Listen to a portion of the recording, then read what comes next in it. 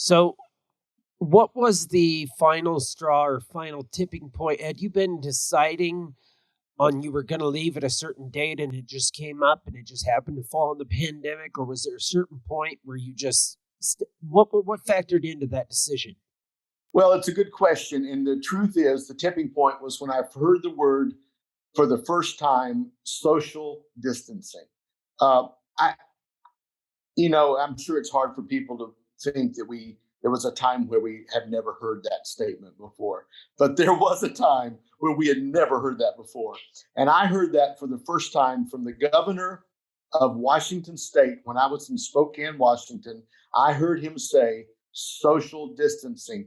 And when I heard him say that, and I was in Spokane, I realized that choirs, at least at that level of my understanding in March of 2020, that choirs could not do what they do at that time and practice social distancing. So when I heard that word in Washington State, when we were in Washington, I said, "That's it.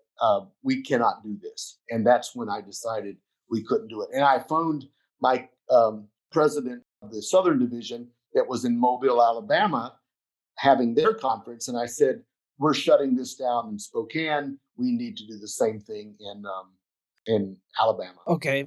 Do you mind if we go towards your tenure a little bit as ACDA executive director? What was the tipping point for you deciding to step down? Was there a certain date you had set in mind for a certain amount of time, or how did that come about? Yeah, I had the average lifespan of an executive director of any association, I learned a few years ago, was 7 years. And I was entering my 13th year as executive director of ACDA. And I had said all along that I did not want to um, be finish my entire career as executive director of ACDA.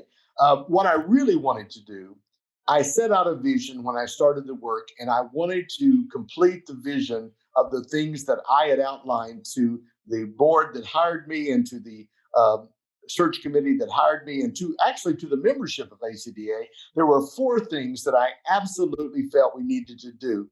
And I felt like we were entering into a stage after COVID hit.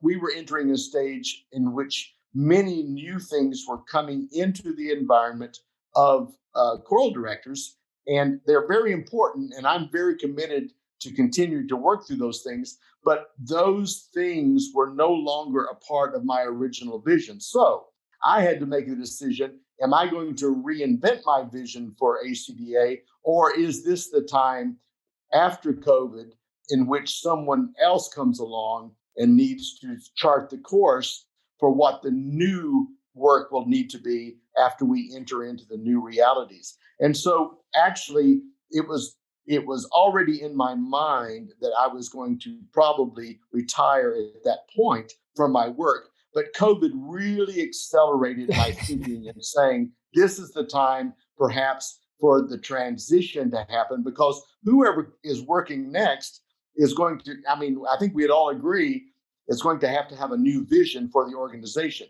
Now, I'm very capable of coming up with a vision for what is post-COVID, but I'm also very aware that at this point in my life, there are other things that I would like to do as well. So it was really a timing issue. And I think COVID honestly accelerated what I was already beginning to think.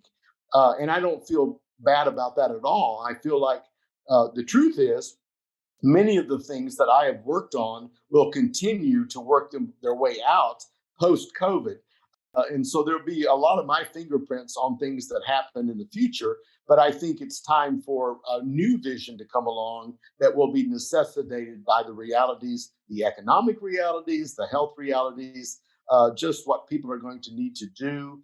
I think that's going to require a new vision for the organization, and I'm very willing to pass that on to the next person that wants to do that. Also, the truth is, and you may know this, I had COVID. My wife had COVID. Oh, really? Yeah, we were very early on. I had it in March and April of this year, and so that really focused my priorities on family, taking care of my mother. My mom's 92, and I wanted to make sure that she stayed healthy and that I could help her out. And so a lot of things with my own tenure and what I was looking at for myself and what I felt like was best in terms of transition for the organization kind of came together at that point. So one person told me once, and I think this is important for your viewers and listeners because of your podcast focus.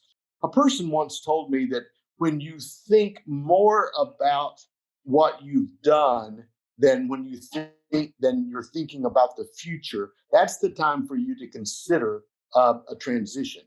I'll say that again. When you think more about the past than what you're thinking about going forward or the future, that's the time for you to think about, are you ready to move on? And I think I had come to the point where I was thinking more about what we had done than what we're going to do. And I think that was an important message for me to say it's time to transition and let someone else do the work going forward. Now I'm a life member of ACDA and I will be a choral director all my life. So I'll be participating, but I think it's time for me to, pass on what we've done to other people to continue the good work that we've been working on. What were your symptoms when you had COVID? Well, the first thing I had was temperature. I noticed that my temperature I was feeling, that kind of feeling you get with aches and pains because of your temperature elevation. And then classically, I lost my sense of taste and smell. I couldn't, I came home from Mobile, Alabama, where we shut it down, but I spoke to the group there. And then that was the last concert. And then we dismissed everyone. When I came back to Oklahoma, my wife and I went out for Mexican food, and I couldn't taste it. I mean, if you can't taste the spice of a jalapeno pepper or lime rice, something's wrong, and I could not taste anything. So I had an elevated temperature, and my sense of taste and smell had gone, and I had these aches and pains, and that was my first clue. So I went in, and sure enough, I tested positive, and then my wife got it, probably from me, and she actually had pneumonia. She had to go to the hospital for 10 days. So she was in a severe situation and I was in a milder situation. But Adam, I couldn't go see her. I couldn't go in the hospital, and I think that really sensitized me early on to how serious this was, and it really shaped the way I looked at the decisions I had to make after that about people congregating because I saw what it was doing, and many people hadn't had a first or second or third uh, degree of separation, relationship with anyone that had it, and so they didn't know. And I don't blame them. It was very hard to know, but I did, and I think it really shaped the way I my outlook on what COVID could do.